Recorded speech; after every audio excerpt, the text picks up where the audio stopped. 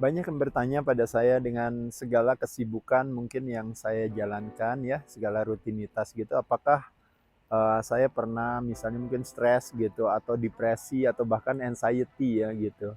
Mungkin ada satu istilah yang mungkin saya katakan kepada diri saya, there is no stress in the world, is only people who has stressful thoughts. Artinya apa teman-teman sekalian? Saya selalu beranggapan adalah bahwa tergantung daripada mungkin opsi cara pandang kita saja teman-teman sekalian. Jadi kadang-kadang kita suka salah paham dalam memaknai sesuatu. Makanya kenapa saya katakan kelaparan terbesar itu adalah sebenarnya adalah kelaparan akan arti dan makna. Jadi ketika saya sibuk atau mungkin saya uh, dipenuhi dengan berbagai pekerjaan yang besar, yang banyak gitu ya.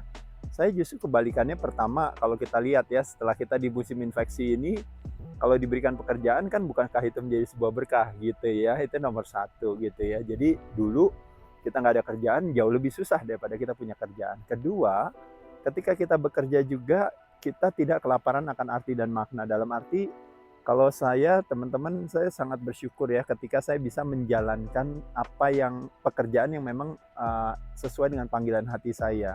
Jadi waktu saya bekerja mengedukasi masyarakat untuk punya pola hidup yang lebih sehat dari sebelumnya, mungkin bekerja dengan korporasi, bekerja dengan institusi, bekerja dengan komunitas, bekerja dengan bahkan seseorang saja, saya bersyukur kalau seandainya saya bisa secara tidak langsung maupun langsung bisa menyentuh kehidupan orang lain gitu. Jadi pekerjaan saya di satu sisi mungkin memberikan semacam ganjaran kepada saya atau bayaran ketika akhirnya saya diberikan konsekuensinya, misalnya berupa kesejahteraan gitu atau material. Tapi yang saya rasakan lebih itu sebenarnya adalah yang disebut yang namanya intangible profit atau immaterial tersebut ketika memang menyenangkan aja bagi saya kalau seandainya saya bisa berkontribusi gitu. Itu hanya bonus bagi saya ketika saya melakukan sesuatu yang saya suka, seperti olahraga misalnya, atau saya sebagai seorang atlet melakukan hal tersebut, taunya ternyata dapat bonus dari apa yang dikerjakan. Jadi saya tidak menganggap ini sebagai sebuah beban atau seperti apa ya teman-teman sekalian. Jadi sekali lagi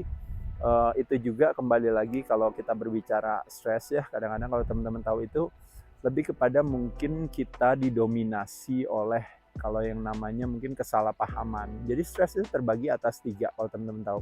Satu bisa stres karena kurang gerak. Nah itu yang disebut namanya mechanical atau structural stress gitu ya. Jadi biasanya karena kurang gerak, terutama biasanya pinggangnya kaku gitu ya. Nah itu makanya kenapa stres. Makanya itu akhirnya bisa jadi kitanya juga bisa jadi gampang marah, kesel atau apa hanya karena kita kurang bergerak. Jadi stres disebabkan karena stres in terms of mechanical ya atau struktural. Kedua, stres bisa disebabkan karena toxicity teman-teman sekalian atau chemical gitu ya. Mungkin salah makan, mungkin karena satu dan lain hal. Toxicity bisa karena heavy metal, polutan, bisa karena energetik, bisa karena mungkin emosional juga ya tentunya ya. Itu kalau boleh dikatakan kita bisa membuat satu investigasi kepada diri kita kenapa kita punya perasaan seperti itu gitu. Makanya kenapa saya katakan pola hidup sehat itu menjadi sesuatu yang penting. Dan yang terakhir yaitu adalah yang disebut dengan namanya kalau tadi ada namanya struktural, satu ada mekanikal, yang satu lagi tadi yang saya sudah sebutkan yaitu adalah yang disebut dengan namanya emosional gitu ya. Nah kalau emosional itu hubungannya sekali lagi dengan yang namanya opsi cara pandang yang salah akhirnya terkenalah di badan. Makanya kenapa dari kata emosi itu disebut namanya emovera, tubuh yang terusik karena opsi cara pandang kita. Nah jadi teman-teman sekalian, kembali lagi kalau stres itu sebenarnya adalah lebih kepada mekanisme defensif tubuh terhadap sebuah event dalam upaya untuk sebenarnya menyelamatkan kita. Jadi kita selalu didominasi oleh dua branches atau dua apa namanya kalau istilahnya dua ranting gitu ya. Yang satu yang disebut dengan namanya ranting relax, yang satu disebut dengan namanya ranting stress gitu ya. Nah, jadi yang satu disebut stress itu disebut namanya sympathetic nervous system, yang satu disebut dengan namanya yang relax parasympathetic nervous system. Masing-masing punya tendensi masing-masing ketika badan sedang berada di dalam situasi tersebut. Yang satu yang teraktivasi adalah rest and digest, makanya kenapa badan jadi tumbuh dan berkembang ketika kita relax. Yang satu didominasi oleh yang namanya fight or flight karena modenya pada saat itu adalah modenya memang badan berproteksi karena merasa ada satu ancaman, apakah ancaman secara fisik maupun secara imaginary. Nah, jadi oleh sebab itu teman-teman sekalian, makanya kenapa kita mesti paham saja. Stres kalau long term memang bahaya, tapi kalau stres secara short term itu nggak kenapa-napa, apalagi kalau short term by design. Kita fasting, puasa, kita olahraga, kita sauna misalnya ya, atau kita tanning bermandi sinar matahari, itu kita mungkin seolah-olah pada saat itu stres, tapi badan kita akan menjadi lebih kuat dari sebelumnya. Tapi kalau stres karena kita mengadopsi ketakutan dan kecemasan, hidup dengan rasa menyesal dan bersalah gitu ya, bukan ide baik ya teman-teman sekalian ya. Jadi oleh sebab itu kembali kalau saya hanya bisa bilang bahwa kalau seandainya saya merasa seperti tersebut, apa yang saya lakukan teman-teman? Cara yang paling gampang yaitu adalah hanya pay attention terhadap napas saya.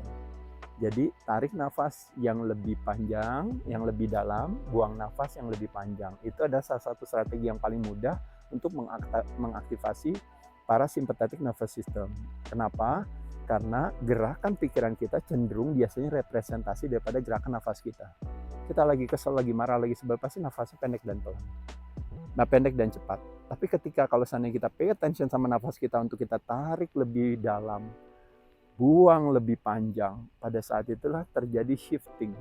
Aktivasi mode dari fight or flight akhirnya menjadi mode rest and digest, feed and breathe.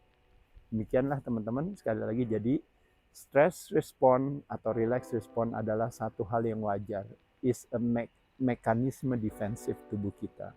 Tapi sekali lagi kita harus manfaatkan ya teman-teman. Kalau bisa kita tentunya banyak didominasi oleh relax response. Dan relax response hanya terjadi kalau kita memberikan yang namanya pemahaman yang baik terhadap apa yang kita lakukan.